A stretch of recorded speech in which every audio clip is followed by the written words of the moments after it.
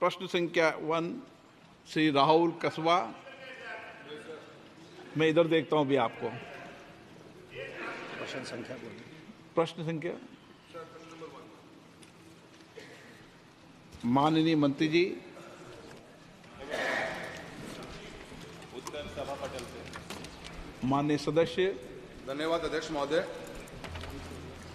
अध्यक्ष महोदय, देश के अंदर 15 दिसंबर 1963 को पहला केंद्रीय विद्यालय स्कूल खोला गया देश के अंदर। उसके बाद आज तक देश के अंदर करीब 1253 स्कूल खोले गए हैं। बीते हुए 5 सालों की अगर मंत्री महोदय के जवाब के अनुसार बात करूं तो 48 स्कूल नए खुले, जिसमें से राजस्थान प्रदेश को मात्र 2 स्कूल मिले हैं।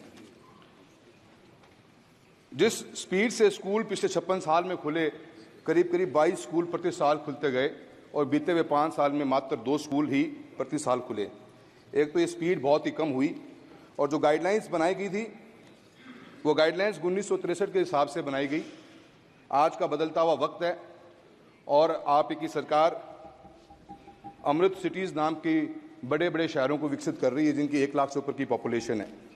सर, मैं आपके मार्फत से मंत्री महोदय जानना चाहता हूं कि क्या सरकार अपनी नीति में परिवर्तन लाएगी और लाके ऐसे स्कूल्स जो 1 लाख से ऊपर की आबादी के स्कूल्स हैं, जो सिटीज़ हैं, जैसे मेरा यही लोकसभा क्षेत्र का सुजानगढ़ शहर है जिसकी 1 लाख से ऊपर की पॉपुलेशन है, क्या आप अपने नीति में परिवर्तन लाने के बाद में क्या इन ऐसे शहरों में स्कूल खोलने का कोई प्रावधान रखते हो? माननीय अध्यक्ष महोदय, माननीय सदस्य ने सवाल पूछा है और मैं समझ सकता हूं लाजमी है कि केंद्रीय विद्यालय संगठन की जो साख है उसे देखते हुए सभी सांसद चाहते हैं कि उनके क्षेत्रों में इसका विस्तार हो। पूरे देश में 1253 केंद्रीय विद्यालय खुले हैं और 6 साल के दशक में चाहे एकेडमिक परफॉर्मेंस हो, किसी भी मानक को आप देखेंगे तो दूसरी संस्थाओं को सरपास कर रहा है। राजस्थान के संबंध में माननीय सदस्य ने सवाल पूछा है और सुजानगढ़ के संबंध में मुख्य सवाल में उन्होंने पूछा।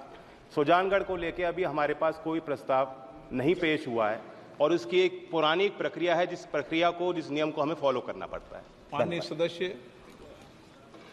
मंत्री महोदय, मैंने यही बात पूछी है कि क्या हम पॉलिसी को चेंज करने की कोशिश करेंगे, क्योंकि आज की तारीख में दूर दराज के अंदर जहाँ स्कूल है, आज मेरा केंद्रीय विद्यालय जहाँ चूरू में है उससे 150 किलोमीटर की दूरी पड़ती है सुजानगढ़ की, और हम चाहते हैं कि हर एक पॉइंट पे एटलीस्ट हम अमृत सिटीज़ को तो टारगेट करें जहाँ 1 लाख से ऊपर की पॉपुलेशन है, और सुजानगढ़ को भी आप इसमें प्रायोरिटी लेंगे।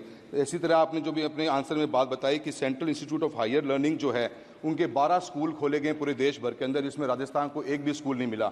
ये जरूर एक अच्छा कॉन्सेप्ट है, पर इस कॉन्सेप्ट के साथ में राजस्थान को इससे वंचित किया गया है। आप इसकी शुरुआत सुजानगढ़ से करना चाहेंगे? मेरा आपसे क्वेश्चन रहेगा। अध्यक्ष जी, जैसा मैंने अभी कहा, एक प्रक्रिया है और उस नीति के तहत केंद्रीय विद्यालय का निर्णय लिया जाता है। उसके कुछ मानक भी हैं। पहले तो हमें प्रस्ताव प्राप्त होना चाहिए, राज्य सरकार द्वारा होना चाहिए, गवर्नमेंट के मंत्रालय विभाग इसकी स्थापना कर सकते हैं। साथ साथ प्रोजेक्ट मोड में भी केंद्रीय विद्यालयों का निर्माण होता है। जो 12 केंद्रीय विद्यालय का जिक्र माननीय सदस्य कर रहे हैं वो प्रोजेक्ट मोड में भी हुए हैं।